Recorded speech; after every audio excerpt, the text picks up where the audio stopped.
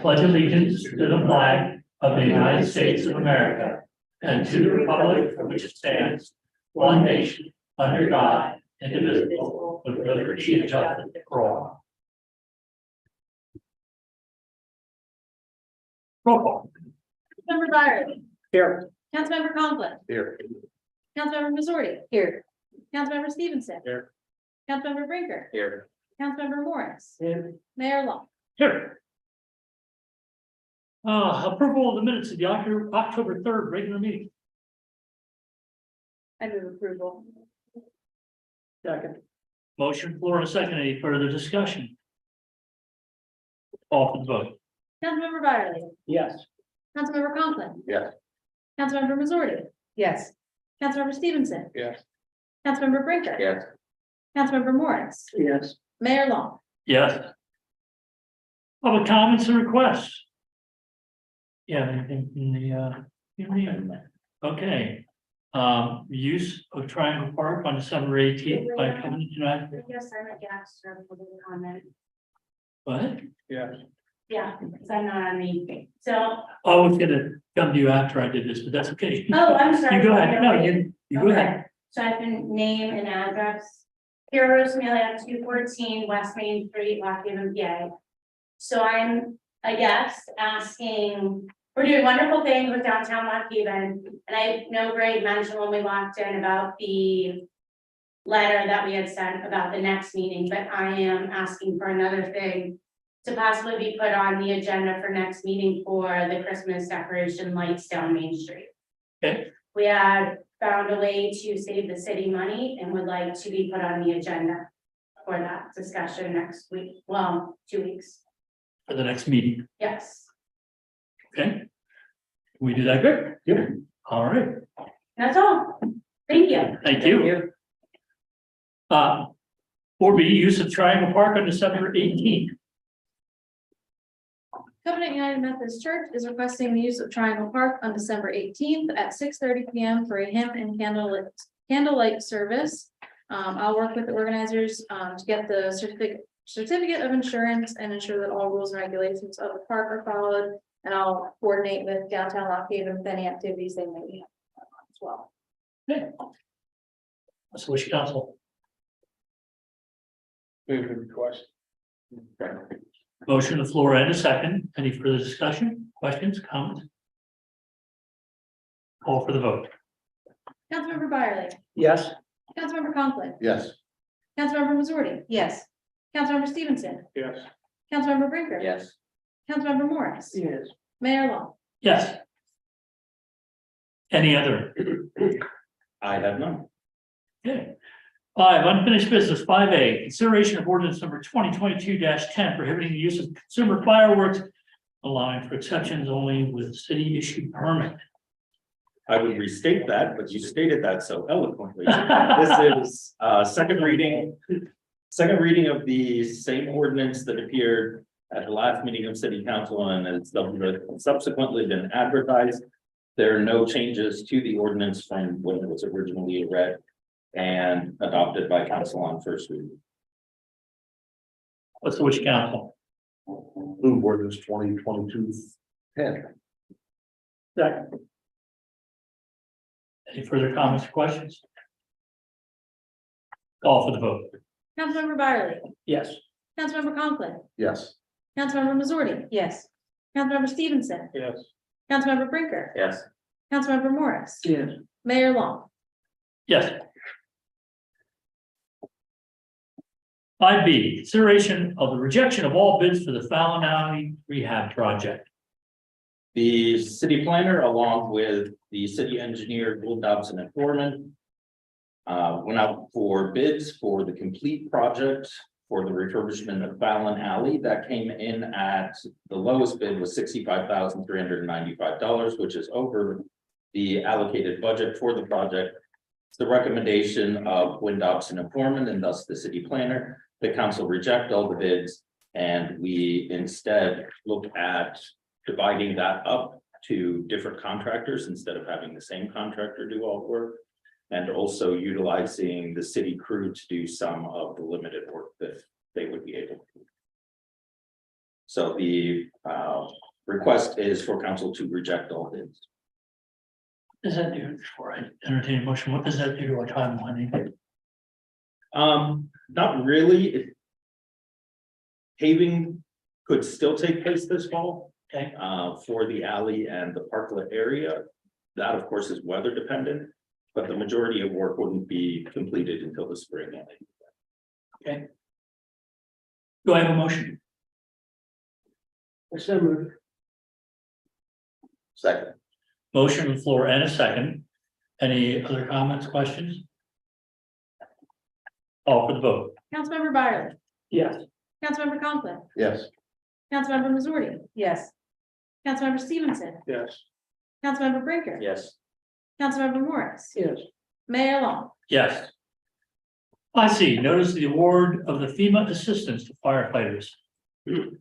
Along with Mill Hall, Dunstown, Goodwill, Beach Creek, Sugar Valley, Renova, and Kettle Creek, the city's 3 companies applied for a grant from FEMA to replace the SCBA's, which are the breathing apparatus, through Firehouse Grants LLC. That project was awarded, and the city will be able to recoup about a third, about $300,000 from the total grant amount, which if you look at the capital improvement plan, every year there's a kind of space holder, and we spaced it out over 3 years, which was a significant amount of money that this grant then removes from the capital improvement plan.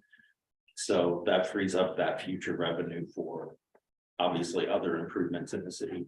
So it's a tremendous thing that all of the companies that participated will be benefiting from this agreement and be able to get updated apparatus that obviously one needs when they are fighting fire. So, Yes. 5D, consideration of resolution number 2022-43.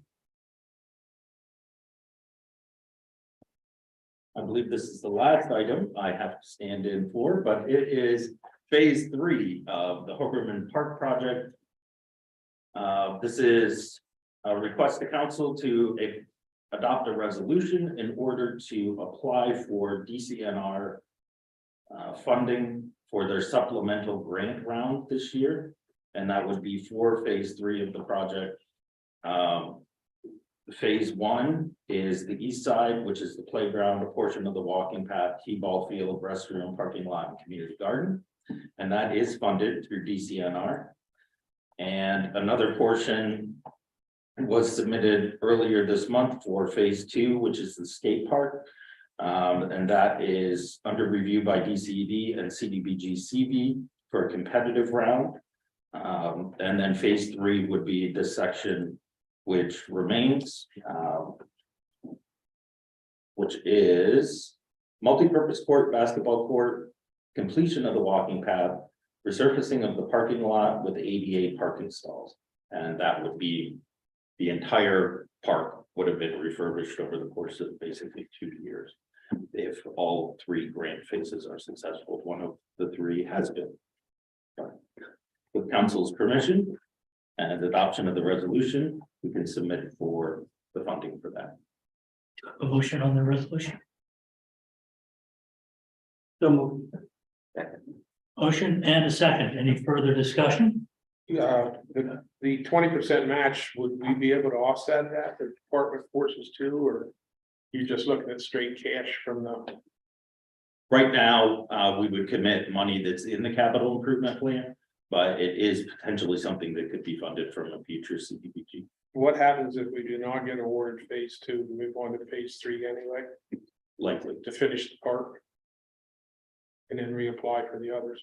I didn't know if there's any other grants we could use for our 20% match. And where does PML possible That's phase 1. kaboom, that's figured into phase 1 already, okay, Any other questions? no, that's it, thanks. Okay, we have a motion for it. Call for the vote. Councilmember Byerly. Yes. Councilmember Conklin. Yes. Councilmember Missouri. Yes. Councilmember Stevenson. Yes. Councilmember Brinker. Yes. Councilmember Morris. Yes. Mayor Long. Yes. Any other unfinished business? I have none, Your Honor. New business, 6A, notice of the 2022 PERDA distribution. PERDA, which is the Public Utility Realty Tax. Public utilities do not pay tax on their real estate, so instead they're assessed under a special program by the Department of Revenue. This year, that distribution is $3,468.99. That does include one structure that is owned by the railroad. The railroad tracks themselves are not taxable, but that building falls under PERDA. So that's pretty consistent year to year, the amount we get, but it is included so that it is shown in the minutes. Thank you. 6B, consideration of ordinance number 2022-11. Very early summer, council requested by unanimous vote that I provide to them a property abandoned and vacant registry ordinance, as it is officially called, but it is the ordinance before you to amend the city code to add a chapter to provide for the registration of vacant and abandoned real property. This ordinance as written would go into effect after the end of the first quarter next year, which would allow time to get a property maintenance officer hired. That is the individual who would basically enforce this ordinance. This ordinance also provides for annual fees for those vacant properties because of the work that the property maintenance officer will have to do in keeping up with making sure those properties don't have violations. So that'll help offset some of the cost of a property maintenance officer as well.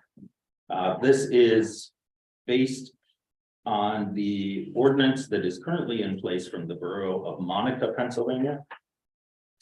The major difference between the proposed ordinance in front of you and the Monica ordinance is the very last page, which is the resolution, which is the charges of fees. This is an initial introduction of this particular ordinance in our city. We have not had this kind of registry before. And Monica's fees are significantly higher than what are listed there. For example, in year 2, in Monica, that is $1,000 charge. Here I reduced that by half, so all of the fees are well under half of what Monica charges. Lewisburg also has a vacant property registry. It's much more complicated. Of all the ones that are available through general code, this is the least complex, least complicated, which is likely the best place to start, rather than the most difficult to not only implement, but for a property owner to understand.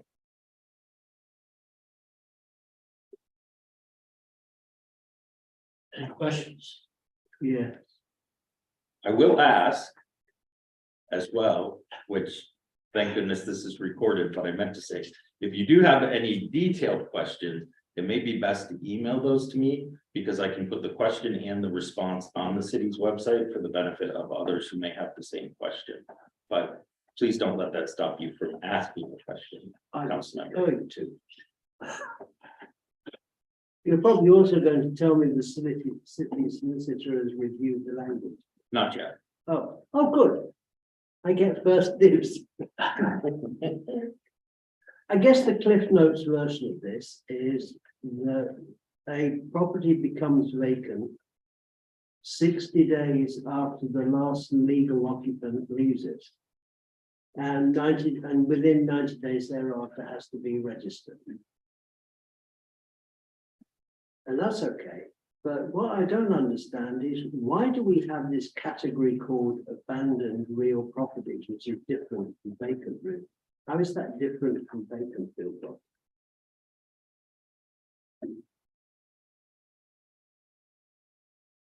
Well, the definitions are fairly similar because they both deal with default on a mortgage, pending tax claim, which I believe appears in both. It literally is a reproduction from the other. So it's something I can ask the solicitor to see if he could somehow combine those two into a singular item. It seems to me there are some technical difficulties with that paragraph, but I'll probably take your advice and email my concerns about that.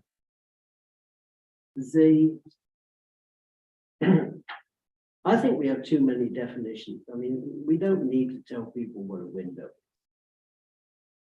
And we don't need to tell people that city council is the council of the city. But my other concern in principle is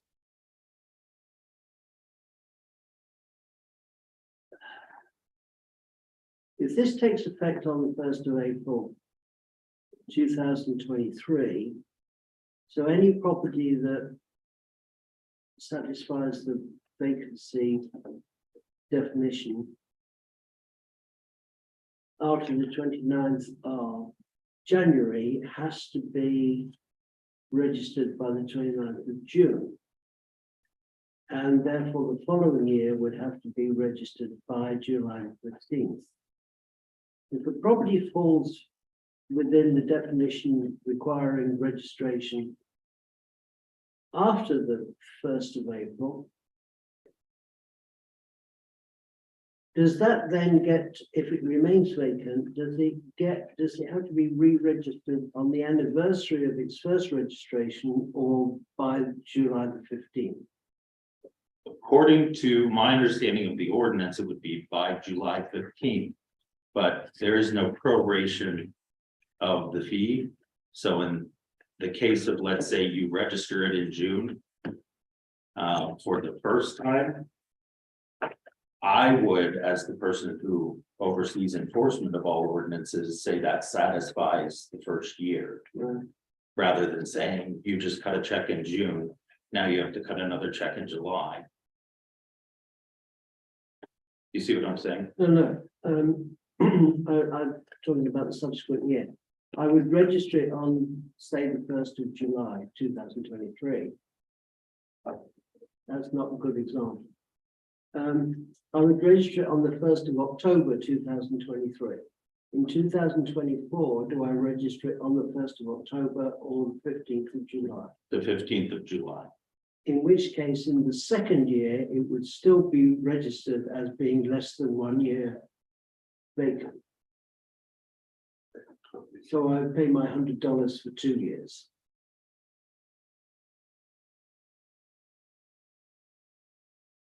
Yes. Right.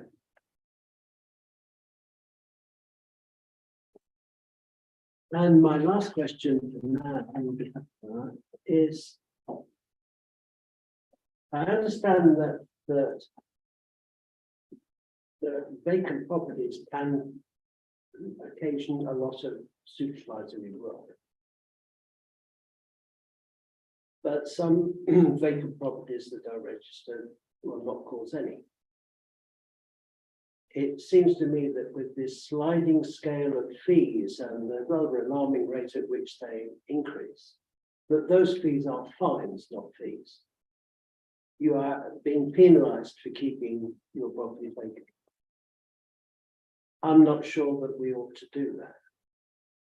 We have always told people that fees are the reimbursement to the city for the cost involved with the administration. I can have a vacant property that requires no administration, even though it remains vacant. And I'm nonetheless paying a penalty simply for the lapse of time when my property has remained vacant. I don't believe that's justified. I think that we can definitely show examples where the longer a building has sat vacant, the more time in property maintenance enforcement it will take. There is a hotel owned by a former mayor that is a perfect example of that. So, By the way, is that vacant or abandoned? yes. So, first part, Two questions. I do think that it is absolutely legitimate that the longer a building sits vacant, the more likely it is that the cost of enforcement is increasing. On the other hand, if you look within the ordinance, under the fee schedule, there is section C, the waiver of fees. And anyone who actually is making a good faith effort to list the property, keep the property in code compliance, can apply to council for a waiver of those fees, even if you are in the 5th year. So if you are actually taking care of your property, council could review that and waive that fee entirely, meaning that obviously the property maintenance officer has little to no work to do. That costs would have to be recouped. But I think there are plenty of people who may try that if their building has been vacant for say 5 or more years, that probably couldn't justify that fee waiver to council. For example, a hotel owned by a former mayor. Is that building vacant? Yes, it's also, I believe, abandoned. I believe it's abandoned, but I don't think that it fits within the definition of abandonment.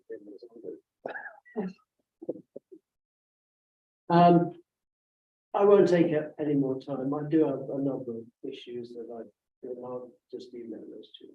If you would, and if anyone else does, and especially members of the public, anyone can email me as well at manager@lockhavenpa.gov. And any of those questions will be listed on the city website along with the answers. So that if you have a similar question, you can hopefully find the answer there. And if you didn't think of something and read one of those questions, hopefully now you'll know more after that as well. Well, and in passing this tonight, we're only doing first readings, so there's Correct. time for people to take a look and questions. And if we don't like it, when the second one comes around, we can always reject it then as well. And Justin's gonna look at it in the meantime. and Correct. Tighten it up a little. Is that the case? Yes. Okay. I already know there's one area in addition that, in rereading it after it went to council.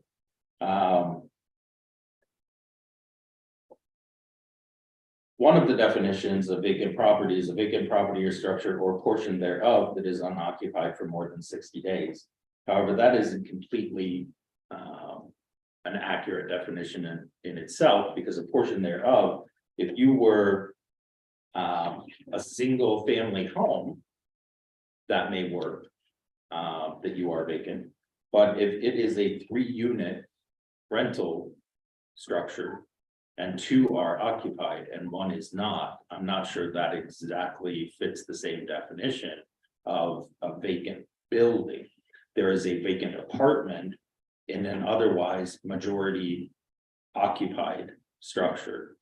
So I think we do need some clarification when it comes to rental units, because we don't want necessarily for people with a 4-plex that has 1 rental unit vacant to think that they have to necessarily register that 1 vacant unit. The purpose is actually the building being vacant, the building itself taking time and effort for enforcement more than 1 single unit in a 4-unit house. Let's say. I had only 2 quick ones. There are a lot of properties in town and city seem to be being flipped. And by the time they close, finish the rest of the paperwork and take ownership, it might take them sometimes 2 months because of the back order to do the gutted reconstruction, electrical, heating, AV, roof, whatever. What provisions do we have that remodeling runs past and the building is vacant for more than 2 months, 60 days? I think you'd still register it, but there again, you can approach council for a waiver of fee. And say you're right. The only other thing is there's no provision at all for somebody to sell their property themselves. It says it has to go to a local agent. That's sort of a monopoly. If I would want to sell a property and try it myself, as long as I have it advertised correctly in the paper or take out ads or Yeah, I social think you media have to somewhere show along the you're line. making an effort, and it's not. Because it says it has to go to a local agent. So there's no provision for selling it yourself. Under the waiver section, you're saying? It's under the local agent requirement E. Section 4, registration, E, local agent requirement, and 1, 2, 3, and 4 all say that it has to have, it designate a local agent Okay, So I just wondered if we should have a provision to be able to That- sell on ourselves. actually- That's not what that means. right, that actually has to do with when you register the property, if you do not live here. You have to register who is carrying and maintaining and answering emergency calls. Who is that local agent who's doing that? That could be, I'm appointing Steve Stevenson to do that for me. You don't have to be a real estate agent to do that. But, So it's about absentee. It's an absentee owner. That's, in Williamsport, that's required. right, That I if, see. if the police go by and the water's running and somebody can see water seeping out from under the door, who do we call? Oh, Steve Stevenson's the manager for that property. Call his house. He'll go down and take care of it. and I think, there are complexes in town, currently that are like larger professional, the Opera House is an example, and they do have to appoint someone locally. I mean, When the fire alarm goes off, it can't be somebody in York who's coming to turn that so off. it's just somebody local responsible, not be able to sell it. Right. An agent, meaning your agent representing the owner. Thank you for the clarification. Where was the place whose ordinance we modeled this on? Monica, Where is Monaco? Saudi Arabia. Where's? it's a borough in Pennsylvania. I believe that it's in the Pittsburgh area, but I can't say that perhaps. I have a phone. It's in Western. Yes. It might be Beaver Maybe I was thinking County. of Morocco. It might be Beaver County. Let me see. Yeah, Beaver County, We're quick enough, Ricky, you got it all right. Yeah, no kidding. 25 miles northwest of Pittsburgh. First called New Philadelphia. That was taken. The more, yeah, Philadelphia was taken. Yeah. Do you have any idea of the population of Monaco? I just put that on.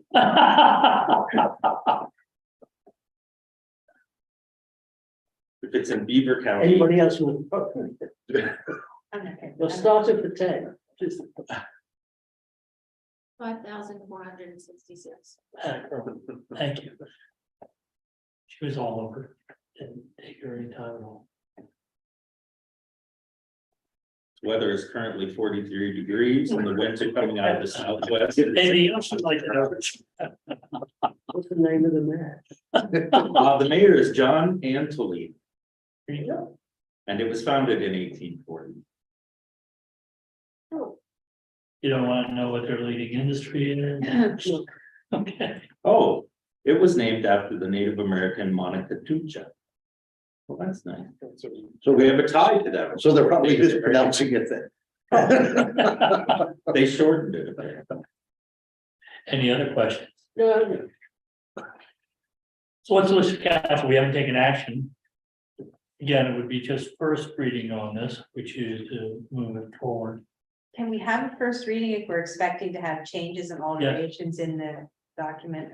Okay, I'm on first reading on ordinance 2022-11. I'll second. Oh, we'll all second, except for Richard. We have a motion, floor, and a second.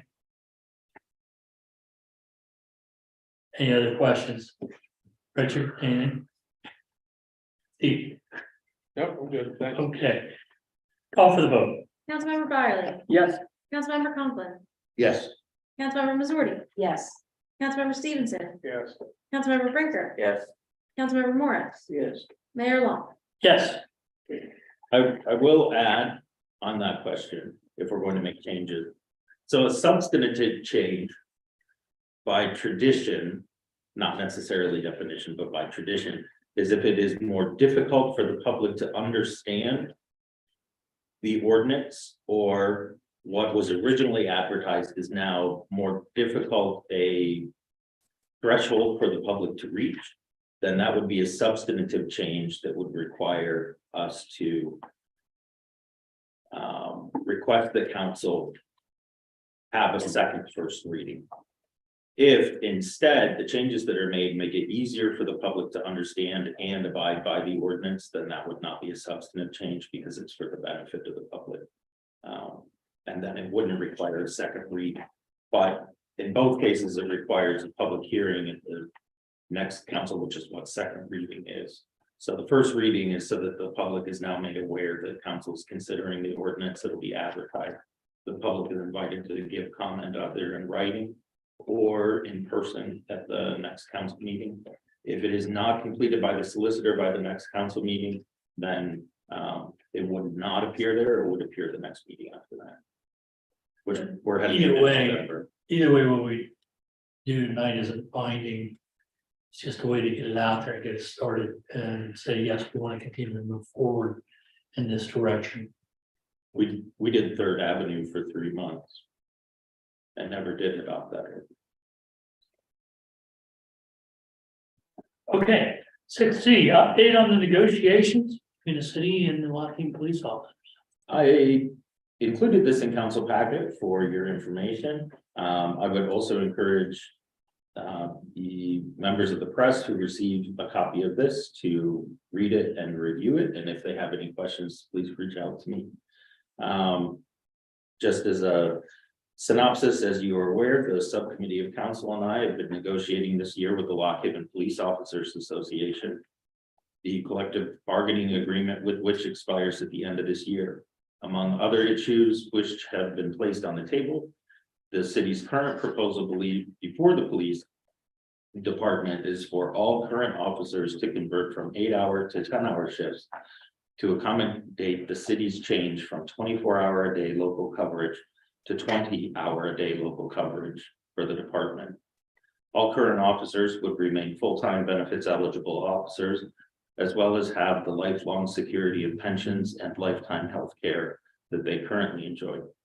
Any calls in the remaining 4 hours each day would be handled by the Pennsylvania State Police, as happens now in all of our neighboring communities when they do not have police coverage, including Flemington, which has no police coverage, only state police coverage. This will create a reduction in taxpayer-funded city costs in our community, which is already struggling with 37% of the city's real estate tax exempt from contributing taxes to the services we all require, including streetlights, snow removal, filling potholes, 13 to 14-hour-a-day full-time fire coverage, and 12 full-time police officers.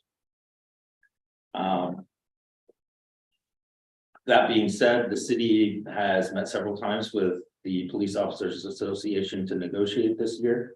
And the city is currently awaiting a counter proposal from the union in order to keep those discussions progressing. The city looks forward to continuing to work with the Police Officers Association this year in the hopes of having an agreement in place before the current agreement expires at the end of this year. And that continues to be the hope of the city.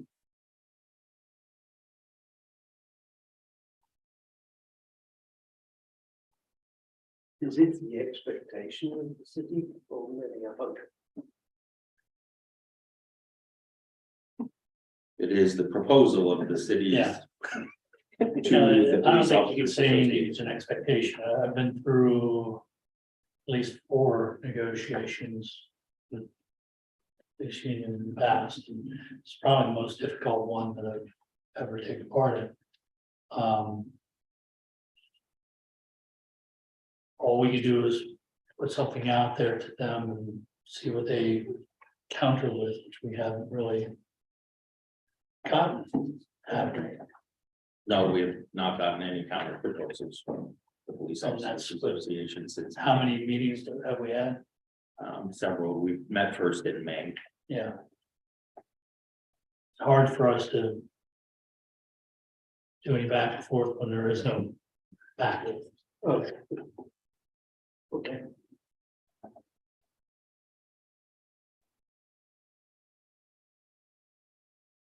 I do hope all members of council did review that, as well as the information that was included, which is a segment from the Pennsylvania Economy League report that came out actually while we were at the Municipal League Conference.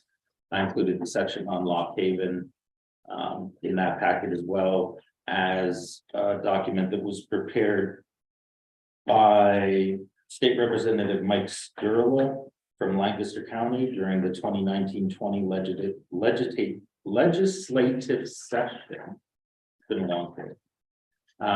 which lists the lowest median income communities with local police departments. Lock Haven is sixth. The 5 that come before Lock Haven are all in Alabama County. And one of those has subsequently stopped providing police services.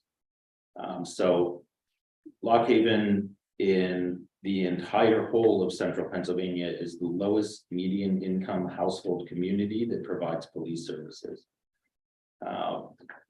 That's pretty significant. And obviously it's the goal to continue to provide that police service to the greatest degree that the community can afford.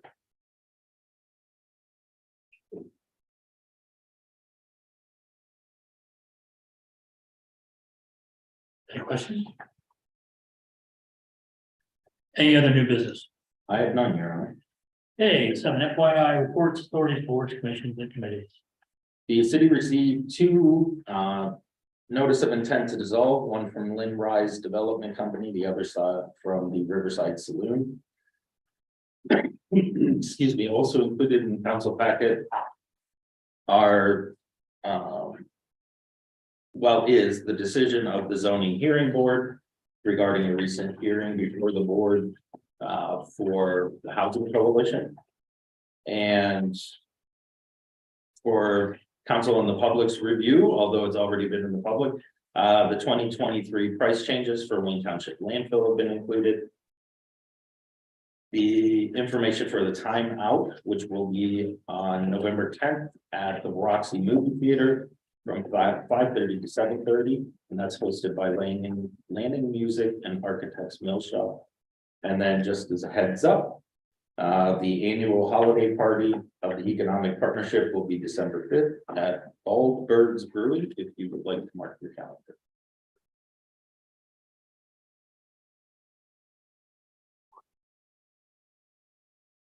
Anything else from reports and authorities?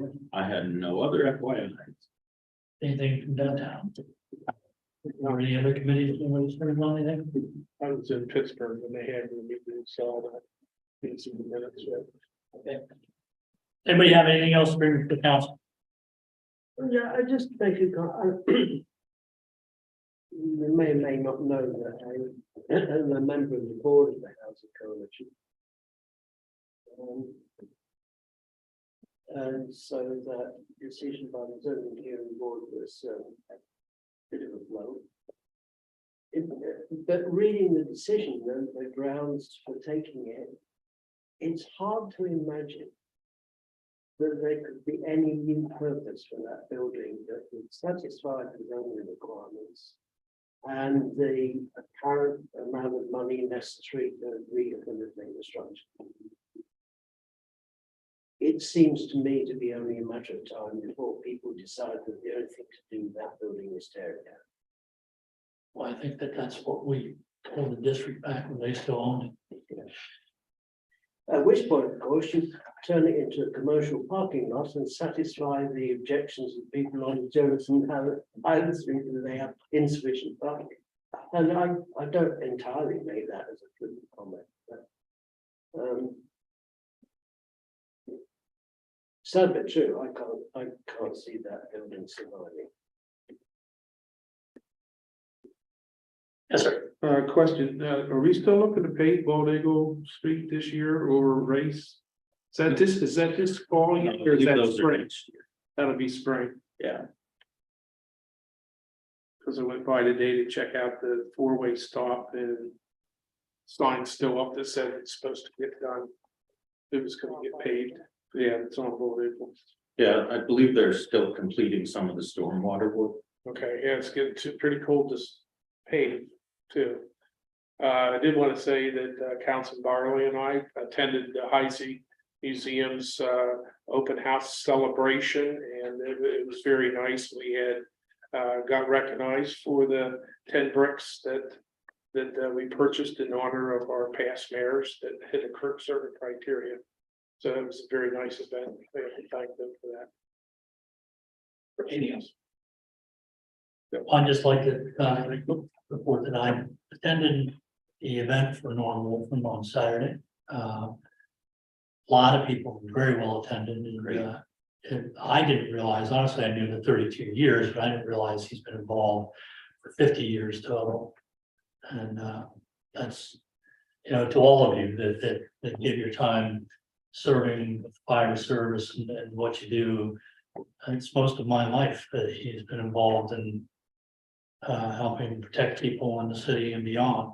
So it was a nice event, and happy you forwarded the email to me that I could get down and be a part of that. So. We do blame him for just coming just before the 72 flood. Kind of brought us all He got it, back then, he got a little bit blamed for that. Yeah, Norm's a good guy, and wish him happiness, and that's time off, well deserved. Well, you're still running calls. Yes, oh, He is. yeah, Yes. yeah. So. He's not gone yet. In quotes, retirement. Yes. Do I have a motion to adjourn?